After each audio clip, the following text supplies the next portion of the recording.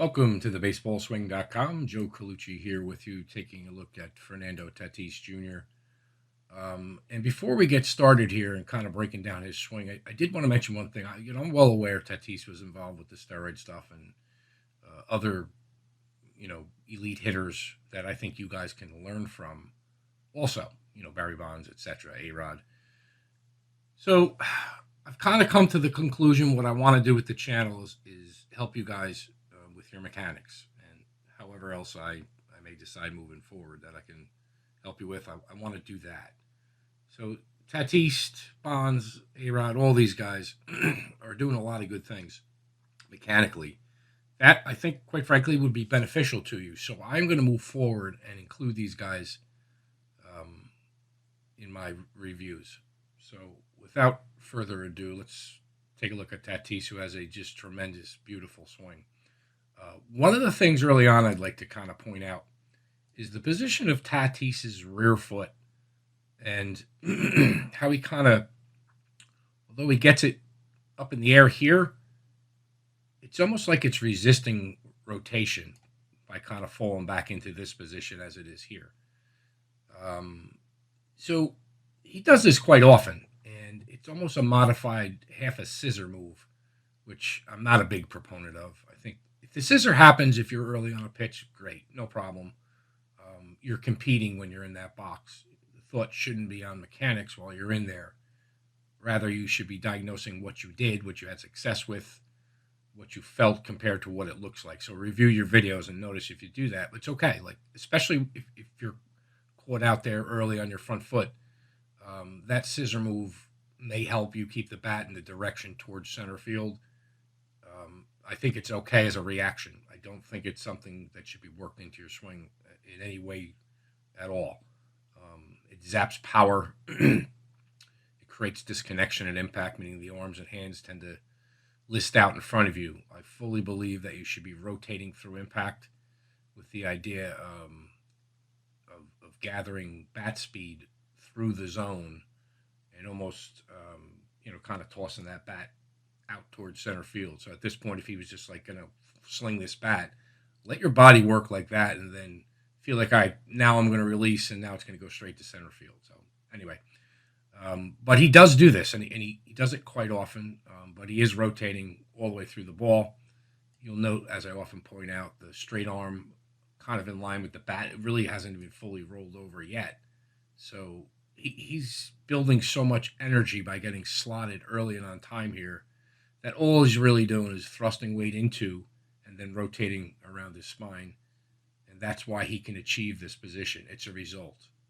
Too many young men out there I see working on getting to this position, and they're kind of faking it. They want to look like old Nolan Arenado or Tatis in this case.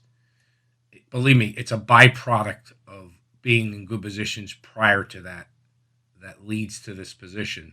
Namely, again, transferring energy forward and around your spine and mentally kind of committing to velocity and energy going towards center field. That will lead to that position. So let's not put the cart before the horse. All right, so in terms of the load up, we got him here into a leg kick. Tatis does sway back a little, neither good or bad, or really no opinion on that. If your gathering doesn't take you outside of this back leg, it's really no big deal. And it's really no big deal if it gets outside of it. It becomes a little less consistent. But moving weight back and forth laterally is not an issue. We don't need to, like, he's squatting while he's doing this, so he's getting some coil in his back hip. Guys who think you can only rotate into coil in your back hip, they're incorrect. You're trying to create a base by which to push off of and create energy and bat speed, and he does a good job of it here. As he's moving forward with his weight and reaching out with his front foot, you'll see the right elbow scap loading there, working back. He will get into maybe a 50-50 or so position, and then he kind of rotates into the ball and up through it. Now, one of the other things he does that I really like is when he gets kind of into heel planter, that area, you'll see this rear knee start to work down and towards his front knee. Yet his front knee will stay pretty stationary. So in this position here, until while it is rotating, you can see that. He's trying to resist with that and stay pretty firm.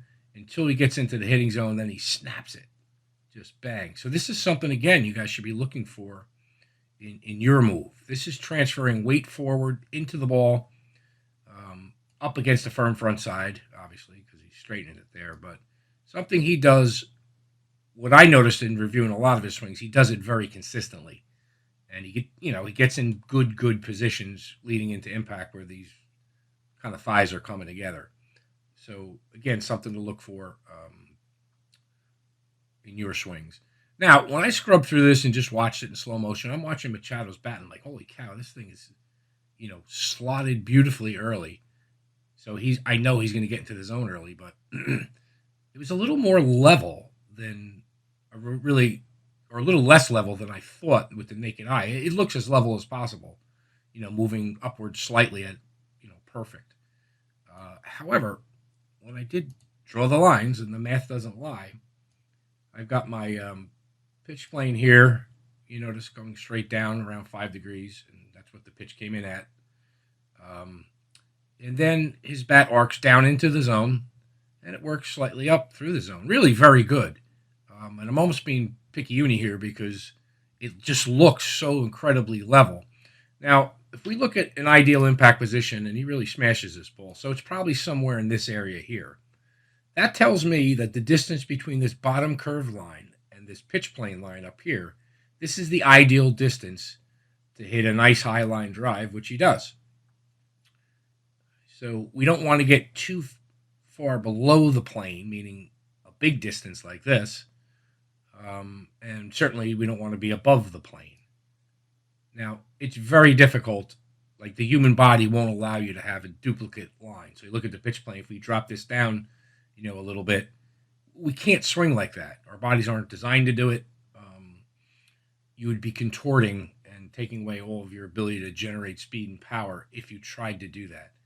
That said, these two lines that I always draw are very important. It tells me how long a guy's on plane, and how early he gets on plane, and how long can he stay on it. So Machado's lines look good here. Make no mistake. I'm sorry. Tatis lines look good. No doubt. I thought, like, holy cow, I might have found a guy that can actually duplicate that line. It looks so level to the naked eye. So, look, trust what you feel in the box first and foremost. Trust the video second, and then trust your naked eye third. That's kind of what I would encourage you to do. But anyway, really, really beautiful high-level swing here. Note here, the bat straight up and down. Scap is loading back still. Watch how he reroutes it with rotation, and his elbow coming to his right side. Kind of rotates that under, gets that hand under. And from this position on, really, he's golden. He just can turn through impact and go. One other thing, too, all this, it's nonsense. This teacher man stuff with the launching off your back leg and staying there and this and that. I'm going to do a video just on this because he made a comment, too. It was like, all the great hitters forever have done this. It's like, the reality is none of them have done it, ever. Okay? None of them. Judge does it to a large extent, and even Bonds, to his credit, teacher man, identified it in Bonds where they kind of hang back and don't, and they really do rotate around their back hip socket, so to speak. Not to the extent he wants them to, where he thinks they do, but they are unique. They do it. They're both tremendous and great players. But gosh, I could lay out 1,000 players in history also really, really high level, and none of them did it. Nor does Tatis here, and this is what I mean. So I think Teacher Man's kind of misexplaining it, if you will. Tatis is on one leg. You talk about one-legged hitting, right? So he's literally on one leg. There's a point for Teacher Man, except he's not hitting the ball here. He's going to move forward. He's not going to stay back over that leg. Now, don't get me wrong. This leg can tap out like a David Wright did this, and he still stayed over his back leg. That is a way to do it, right? And you can be somewhere in between these two. What I'm suggesting to you is be very careful, specifically when you listen to this guy, because he doesn't get it. I don't want to be so harsh. I don't care. I don't need a feud with the guy. I could care less. I'd love to have his amount of followers. I'd love to work with Aaron Judge. But the truth is the truth. And he's inaccurate in a lot of ways. So anyway, um, Tatis, as most players do, moves forward. And when they get kind of into this position where, hey, I'm going to launch the bat, they are not rear-legged. Okay? More times than not, and when you look back in history, you'll see it predominantly, guys, and I'll do a video specifically on this. They move on top of their front leg. So he's starting to slot the bat at this point. Okay, I'm going to call this 50-50. You do see this spine tilting back behind the ball, though. We have to acknowledge that. But basically, a frame or two in front of this, he's on the weight distribution between his legs about 50-50. Now, he's beginning to slot the bat right here. This, look at his belt buckle. It moves forward. His head even moves forward. Okay, and you're going to see this leg start to list more this way, meaning he's not hitting one-legged, okay? He's got 2 feet on the ground. If he's hitting one-legged, he's more hitting on his front leg than his back, okay? You go look at videos on YouTube and do yourself a favor, and you will be out of the teacher man space in 3 seconds because you'll realize it. Nobody does what he's talking about. Again, except for Judge, who does it, I'd say, half of what he's talking about, maybe even 3/4. Judge does it, really hangs on that back leg. You know, Bonds did do it, and I'm sure there's guys over time you could find that did it. Now, look, that doesn't mean it's the wrong way to do it. Maybe he's right and the other 1,000 Hall of Famers are wrong. To me, it makes more sense to move into the ball for power, for consistency, for everything. For the sake of playing in the bat, it makes more sense. It makes you longer through the ball. If you're falling backwards, this bat's going to go on an uptick that's, too low to high. If pitch is coming down at 5, 6, 7 degrees, why the heck would I swing it, 15 or 20 degrees up in the air? You wouldn't. So be careful. All right, that said, hope you enjoyed it. If you have any questions or comments, just leave them in the comment section below. Or you can go to thebaseballswing.com. I have a contact page there. You can just send me a private message if you'd like to. And please, don't hesitate to do that. I answer all the emails I get, and sometimes people don't want to put it in the comments. So that's fine. Just go ahead and go to thebaseballswing.com.